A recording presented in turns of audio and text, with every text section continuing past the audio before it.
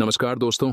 1 जनवरी 2024 जब पूरी दुनिया में नए साल के शुरू होने का जश्न मनाया जा रहा था, जापान में एक भयानक 7.6 मैग्नीट का भूकंप आता है। And in western Japan, scenes of devastation are emerging after a 7.6 magnitude quake shook the country, killing dozens of people. ये भूकंप इकलौता नहीं था, इसके साथ साथ कई सारे छोटे बड़े अर्थ को एक से इसके एकदम बाद देखने को मिले।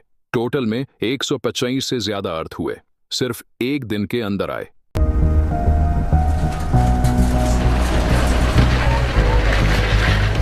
इसकी वजह से समुद्र में करीब 1 मीटर ऊंची लहरें उठी और जापान के वेस्ट कोस्ट पर जाकर लगी।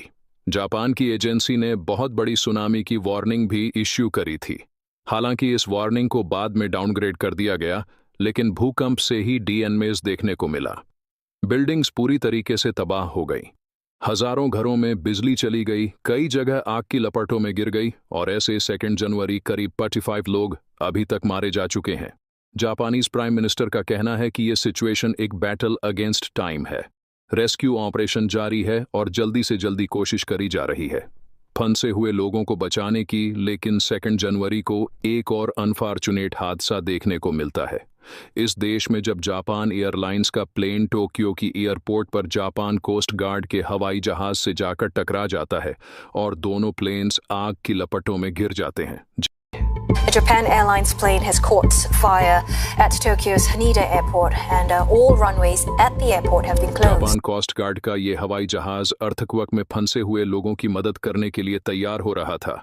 दूसरे प्लेन में फॉर्चुनेटली जितने भी लोग बैठे थे वो सेफली कर दिए जाते हैं, लेकिन इस कोस्ट गार्ड के हवाई जहाज में 6 में से 5 क्रू मेंबर्स मारे जाते हैं। 29 साल के प्लेन कैप्टन इकलौते जो जिंदा बचकर निकल पाते हैं। 2 बड़े सवाल यहाँ पर उठते हैं। पहला तो ये कि जापान में ही इतने सारे अर्थ को 100 सुनामी क्यों देखने को मिलते हैं, और दूसरा ये कि जापान इन डिजास्टर से कैसे डील कर पाता है, क्योंकि यही अर्थ को एक अगर किसी और देश में आया उतर तो शायद हजारों की संख्या में लोग मारे जाते। जापान में डेथ टोल 100 से भी नीचे है। एस ऑफ नाउ कैसे बचा पाता है जापान अपने आप को इन चीजों से, आइए समझते हैं आज के इस वीडियो में।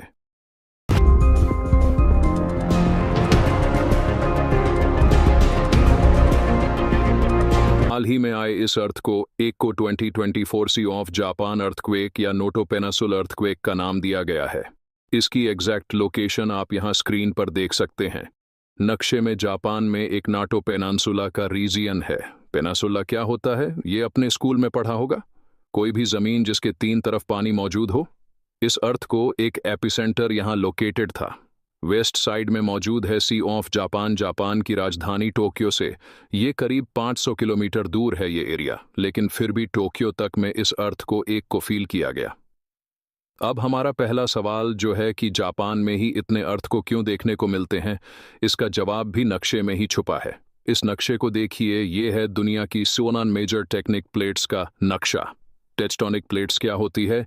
ये धरती की सबसे आउटर मोस्ट लेयर है जो अर्थ के क्रस्ट और अपर पार्ट ऑफ मेंटल से बनती है। धरती के कोर में मौजूद जो हीट जनरेट हो रही है उसकी वजह से कन्वेक्शन करंट्स निकलते हैं, जिसकी वजह से ये टेक्टोनिक प्लेट्स धीरे धीरे हिलती रहती हैं। तो ये 16 मेन टेक्टोनिक प्लेट्स है जो बहुत धीरे धीरे मूव करती रहती है। साल भर साल जब ये एक दूसरे से टकराती है तो अर्थक्वेक्स देखने को मिलते हैं। तो जो देश जो एरियाज दुनिया के इन टेक्टोनिक प्लेट्स की बाउंड्रीज पर लाया करते हैं ज्यादा अर्थक्वेक देखने को मिलते हैं। और जापान देश की खास बात यह है कि वो एक ऐसी जगह पर सिचुएटेड है जहां पर 4 अलग अलग टेक्टोनिक प्लेट्स एक दूसरे से मिल रही है। The Pacific plate, Philippine plate, Eurasian plate और नॉर्थ अमेरिकन प्लेट। यही सबसे बड़ा कारण है जापान में इतने सारे अर्थक्वेक्स देखे जाने के पीछे। अभी यहाँ पैसिफिक प्लेट की अपनी एक खास बात है कि पैसिफिक प्लेट में सबसे ज्यादा टेक्टोनिक एक्टिविटी देखने को मिलती है। तो पैसिफिक प्लेट की बाउंड्री को हम पैसिफिक रिंग ऑफ फायर करके बुलाते हैं, क्योंकि दुनिया में यहाँ सबसे ज़्यादा अर्थक्वेक देखने को मिलते हैं और साथ ही साथ सबसे ज़्यादा वोल्कनोज भी यहाँ देखने को मिलते हैं।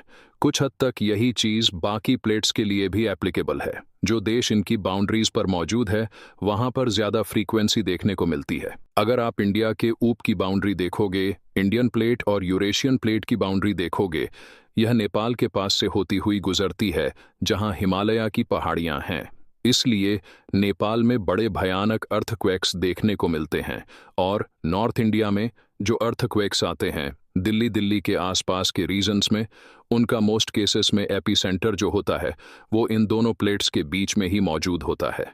इसे आप कंपेयर करो ऑस्ट्रेलिया, रशिया और यूरोप जैसे रीजन से जहां रेयरली ही कोई अर्थक्वेक्स देखने को मिलते हैं। आखिरी बार कब सुना था आपने ऑस्ट्रेलिया में किसी भयानक अर्थक्वेक के बारे में? ऐसा नहीं है कि वहां कभी कोई अर्थक्वेक्स आते नहीं है, लेकिन इन टेक्टोनिक प्लेट्स के बीच में जो रीजन मौजूद होते हैं वहां अर्थक्वेक्स की फ्रीक्वेंसी बहुत कम होती है, और जब अर्थक्वेक्स आते भी हैं तो उतने खतरनाक नहीं होते।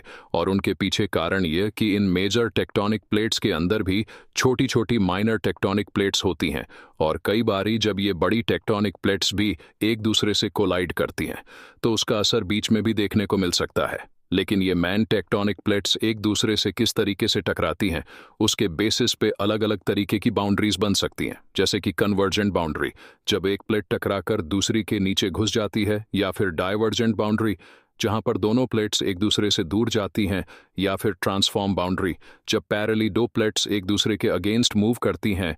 इनमें से कन्वर्जेंट और ट्रांसफॉर्म वाली बाउंड्रीज में सबसे भयानक अर्थक्वेक्स आते हैं, और जो पैसिफिक प्लेट है उसकी बाउंड्री एक कन्वर्जेंट बाउंड्री है और उसमें भी एक स्पेसिफिक टाइप है सबडक्शन जोन में सबसे ज्यादा पावरफुल अर्थक्वेक्स देखने को मिलते हैं, क्योंकि इस टाइप के क्लोजन में एक प्लेट जब दूसरे से टकराती है तो वो बिल्कुल ही दूसरे के नीचे घुस जाती है, मेंटल के अंदर चली जाती है।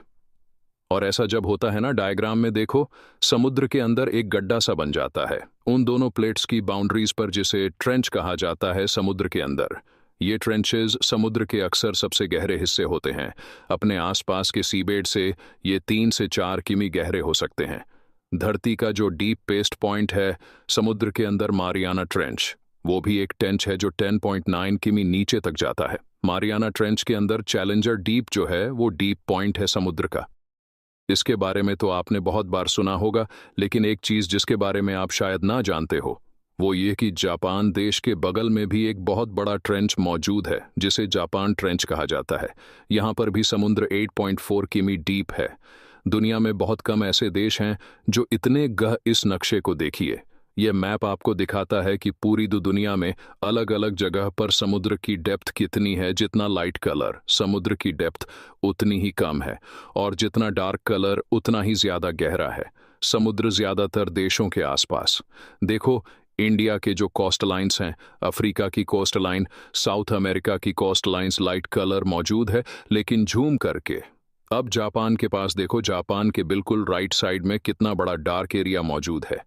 यहाँ पर यह है जापान ट्रेंच, और इसी के ऊपर से ही गुजरता है हमारा imaginary ring of fired Pacific. Ring on fire इस टेक्टोनिक प्लेट की मूवमेंट की वजह से यहाँ इतने भयानक अर्थक्वेक्स आते हैं।